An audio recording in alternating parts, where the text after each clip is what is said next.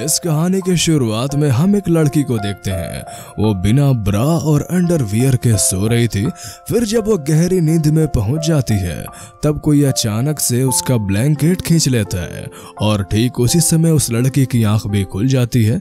और जब वो चेक करने के लिए उठना चाहती है तभी कोई पीछे से उसके बालों को पकड़कर उसे बेड पर पटक देता है। और ये सब करने वाला कोई और नहीं बल्कि उसका अपना बाप था। ये देखकर लड़की अपने पिता से कहती है, आप ये सब क्या कर रहे हैं? लेकिन उसका बाप कोई जवाब नहीं देता और अपनी बेटी के जिस्म को गंदी निगाहों से देखने लगता है। वो अपने बेटी के जिस्म को देखकर कहता है कि मेरी बेटी कितनी बड़ी हो गई है। अपने बाप के मुंह से ये सब बातें सुनकर वो लड़की काफी डर जाती है। फिर उसका बाप उसके बालों को छोड़कर उसके गालों को टच करने लगता है। लड़की घबराकर ये सोच रही थी कि उसके साथ ये सब क्या हो रहा है और यही सोचकर वो रोने लगती है। ये देखकर उसके पिता वहां से चले जाते हैं। फिर अगली सुबह हम उस लड़की की माँ को खाना बनाते हुए देखते हैं और यहाँ पे हमें मालूम चलता है इस लड़की का नाम मैरी है। यहाँ पे मैरी सोच रही थी कल रात उसके साथ जो कुछ भी हुआ उसके बारे में उसको अपनी माँ को बतानी चाहिए या फिर नहीं बतानी चाहिए। पर तभी उसके भाई और बहन यहाँ पे आ जाते हैं और पीछे से उसके डैड भी यहाँ पे पहुंच जाते हैं। लेकिन उसके डैड ऐसे बिहेव कर रहे थे जैसे कि कुछ हुआ ही ना हो। अब मैरी ये सोचती है कि कल रात तो ये मेरी लेने वाले थे और अब ऐसे नाटक कर रहे हैं जैसे इन्होंने कुछ किया ही ना हो। ये सोचकर मैरी वहां से उठकर चली जाती है। तभी उसकी माँ खाना लाती है और उस टेबल पे जोर से पटक देती है। ये देखकर सब लोग हैरान रह जाते हैं और उन्हें कुछ भी समझ में नहीं आता उनके साथ ये सब क्या हो रहा है। फिर उनकी माँ अजीब तरीके से खाना खाने लगती है। वैसे खा रही थी जैसे कई दिनों से भूखी हो। उसे ऐसा खाते देख के सब लोग डर जाते हैं। तभी मैरी का छोटा भाई खाना उगल देता है और कहता है खाने में नमक ज्यादा है। लेकिन तभी उसकी मॉम उसका खाना भी लपक लेती है और पागलों के जैसे खाने लगती है। सब लोग परेशान हो जाते हैं, आखिर ये सब क्या हो रहा है। दरअसल ये लोग जब से इस घर में आए हैं तभी से इनके साथ ऐसी अजीब सी चीजें हो रही हैं। कभी उनके पड़ोसी उनके आंखों में अजीब सा स्टैचू लगा देते हैं तो सुबह सुबह कोई उनके सामने मरा हुआ जानवर लटका देता है और पिता हर रात अपनी बेटी के साथ जबरदस्ती करके उसे मजे लेता है। और माँ सुबह सुबह अजीब तरीके से जानवरों के जैसे खाना खाती है और ये अपना खाया हुआ खाना अपने बेटे को भी देती है। लेकिन बेटा नहीं खाना चाहता और वो अपने डैड की ओर देखता है। डैड उससे कहते हैं कि अगर तुम खाना नहीं चाहते तो मत खाओ। ये सुनकर उसकी माँ गुस्से से डैड को देखती है। इसके बाद वो खाने के टेबल पे पटक देती है और प्लेट्स को भी नीचे फेंक देती है और उन सभी पर चिल्लाने लगती है। चिल्लाते हुए वो अपने बेटे से कहती है कि मैं जो भी बनाती हूँ उसे चुपचाप खा लिया करो। वो इतनी जोर से चिल्लाती है कि उसका बेटा डर के मारे रोने लगता है। उन्हें समझ में नहीं आ रहा था कि वो ये सब क्या हो रहा है, लेकिन ये तो अभी बस शुरुआत थी। इसके बाद हम मैरी को नहाते हुए देखते हैं। लेकिन तभी कोई उसके सामने आकर खड़ा हो जाता है। लेकिन जब वो शीशा साफ करके देखती है तो उसके सामने उसकी बहन होती है जो उसके साथ केवल एक मजाक कर रही थी।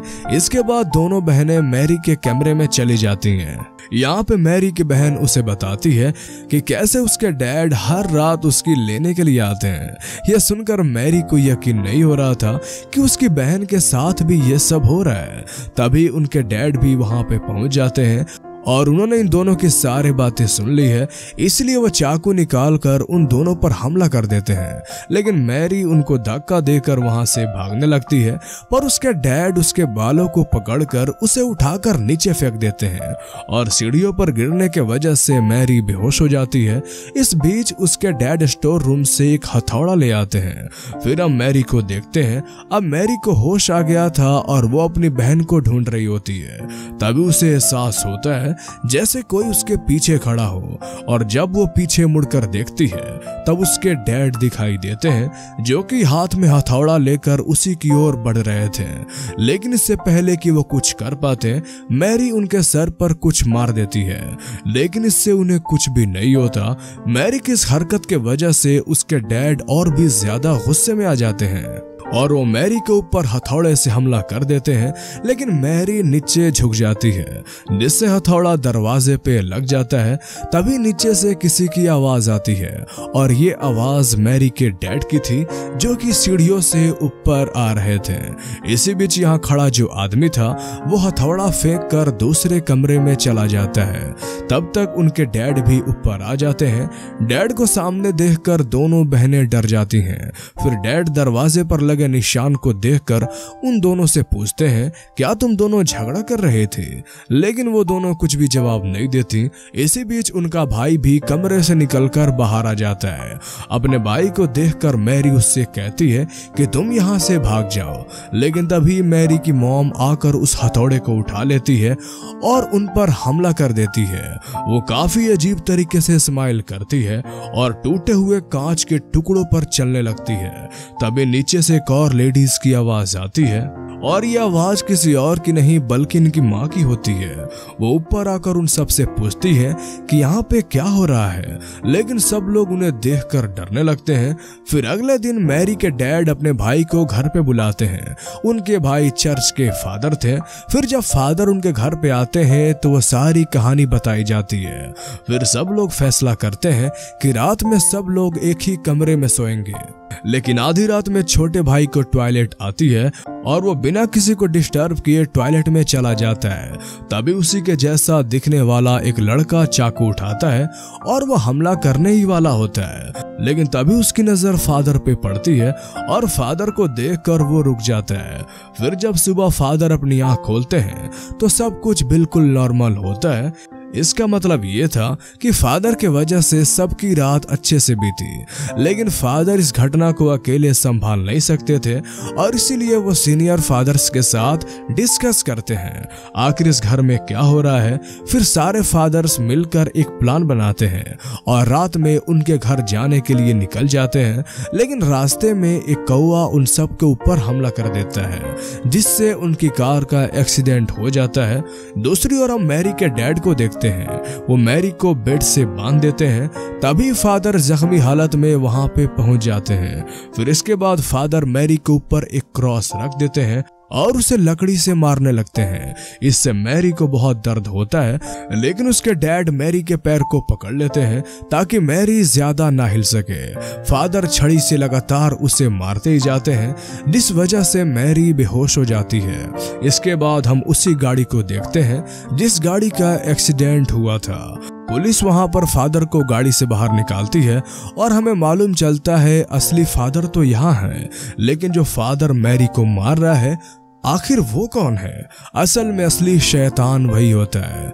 फिर हम मैरी को देखते हैं। उसकी माँ कहती है बस करो, अगर ऐसे ही तुम उसे मारते रहे तो उसकी जान चली जाएगी। ये सुनकर मैरी के डैड अपनी वाइफ को दीवार पर पटक देते हैं। वो अपनी वाइफ को मारता हुआ देखकर फादर की ओर देखते हैं, जिसके बाद फादर एक अजीब सी स्माइल करके डैड के ऊपर हमला कर देते हैं। वो उन्हें चाकू से मारने ही वाला था, तभी असली फादर वहां पर पहुंच जाते हैं और एक मंत्र पढ़ने लगते हैं, जिसके बाद वो शैतान वहां से गायब हो जाता है। फिर फादर मैरी के सामने एक आईना रखते हैं, जिससे वो शैतान बाहर आ जाता है। इसके बाद फादर उस शैतान को अपने अंदर समा लेते हैं और वो मैरी के डैड से कहते हैं कि तुम मुझे मार दो। मैरी के डैड फादर के पेट में उस क्रॉस को घुसा देते हैं, जिससे फादर और वह शैतान दोनों का मौत एक ही साथ हो जाती है। और इसी के साथ ये कहानी यहीं पे खत्म हो जाती है। तो कैसी लगी आपको ये कहानी हमें कमेंट में जरूर बताएं। और अगर आप इस तरह के और मूवीज एक्सप्लेनेशन देखना चाहते हैं तो हमारे चैनल को सब्सक्राइब कर लें। तो फिर मिलते हैं अगले वीडियो में, तब तक के लिए गुड बाय।